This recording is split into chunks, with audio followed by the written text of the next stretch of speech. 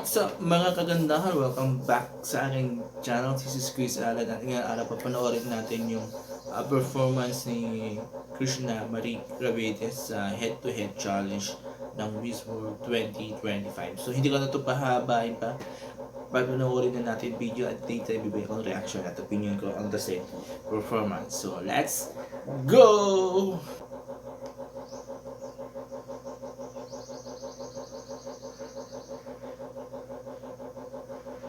Mabuhay to our esteemed panelists and to my sisters in this room.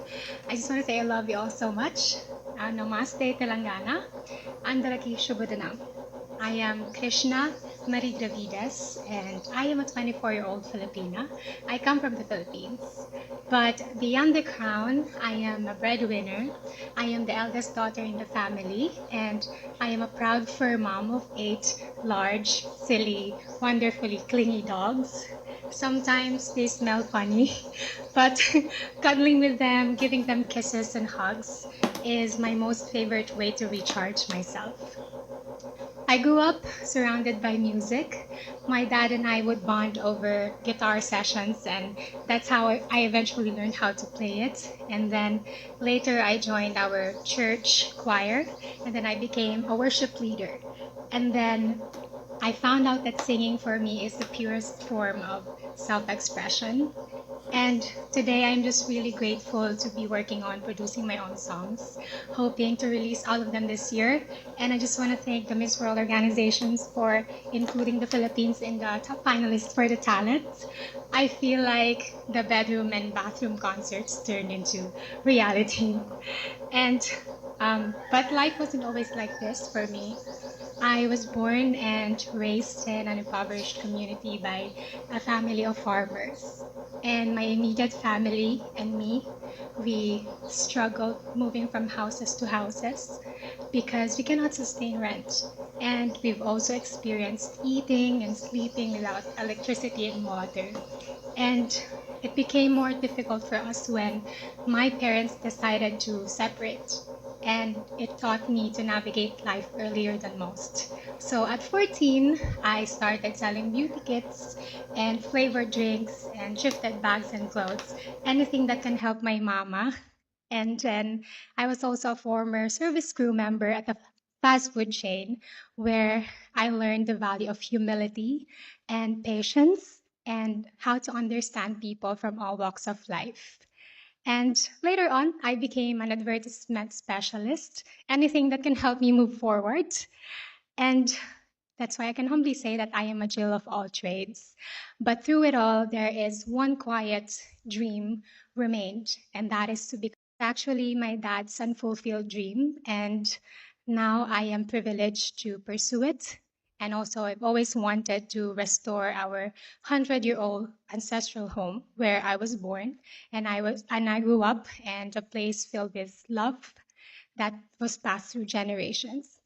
And when I last visited that home, my mama-lo, my grandmother, looked at me and said, "Hanlang gayam mo yan titivi niya, posible gayam nga, uri nagapu ka tinapanglaw nga pamilya ang umato ka." In English, that means, "I cannot believe this.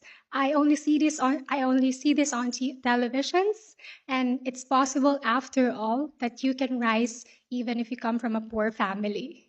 And that moment reminded me that I am not just doing this for myself, but also for my family and for every child who believes that their dreams are too far out of reach. That is why I founded Color the World with Kindness in the year 2022 to create safe and nurturing spaces for children to play, to dream, to imagine, and just be children, free from labor, free from unsafe conditions.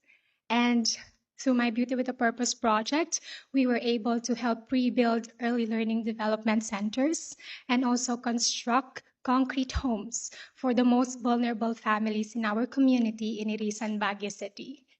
It instilled a sense of empowerment and education in our youth and in those families. And when I arrived here in Telangana, I was deeply mesmerized by your visionary infrastructures, and that reminded me of the civil engineer that I aspire to be. Not just to build structures, but of strong lives and communities.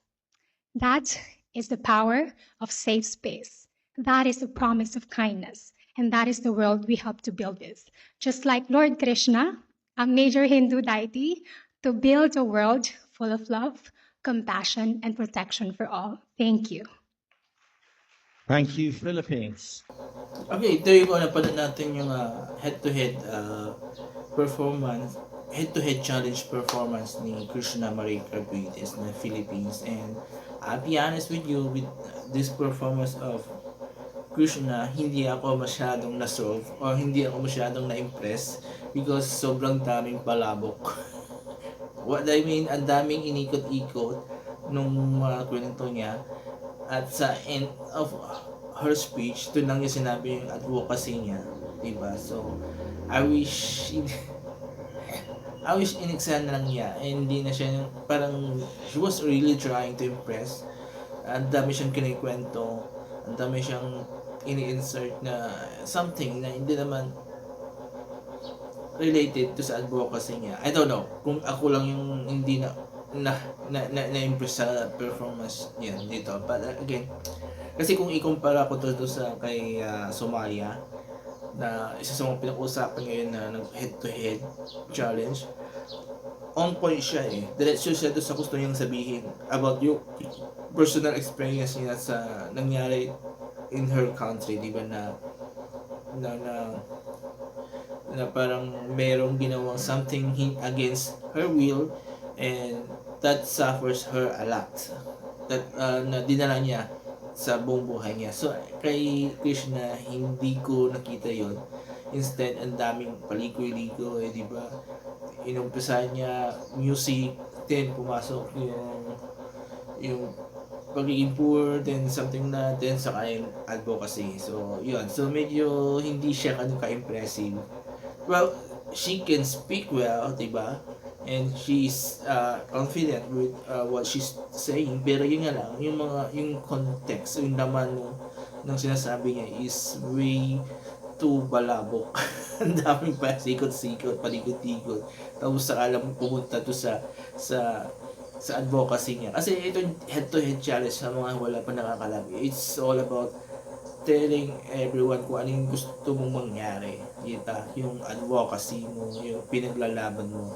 Dito, to sa speech ni Krishna, it's very clear na hindi siya ka-sure kung sa advocacy niya. That's why ang daming balabok, ang daming dinaan bago siya nakapunta to sa advocacy niya. So, yun. Well, I hope sana makapasok pa rin siya sa finalist ng head-to-head. Diba? And kasi hindi ako nag-expect na maganda, hindi ako nag-expect na mataas regarding dito sa performance niya. Pero good job pa rin kasi sa mga naunang challenges like yung sports saka yung talent, eh nakapasok siya naman as a finalist. So hopefully this will help her na makakuha siya ng pwesto to sa head-to-head. And kung hindi man siya manalo siya ay makapasok as finalist niya sa head-to-head, well, she will try to sa ibang challenge like yung fashion shows. I don't know kung very beach wear sila, pero yun, so doon na lang siya babawi kasi doon siya magaling sa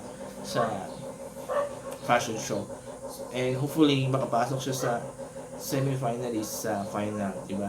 So yun, again still I would like to congratulate Krishna for the confidence she showed us. Yun nga lang, nakaproblema lang to sa laman ng kanyang speech, diba? So again, congrats, and we're still hoping na magtuloy-tuloy siya to sa finals at maka-place at hopefully makuha ang second crown for the country, kasi nakita natin na very confident naman siya. Hindi siya yung lalam niya na kandidato, diba? So hopefully mabawian niya yung na-unplaced na kandidato natin last year na si last year ba yun? Yeah, Gwendolyn Fornoyo. So, diba? So, yun. So, kayo mga quiz, mga aunties, mga kagandahan, anong masasabi nyo dito sa naging performance ni Krishna Marie Carbuites dito sa head-to-head challenge? Approve pa sa inyo or something katulad din kayo sa akin na medyo nag-alangan sa naging performance niya? So, again, thank you very much again. Have a nice day and bye-bye.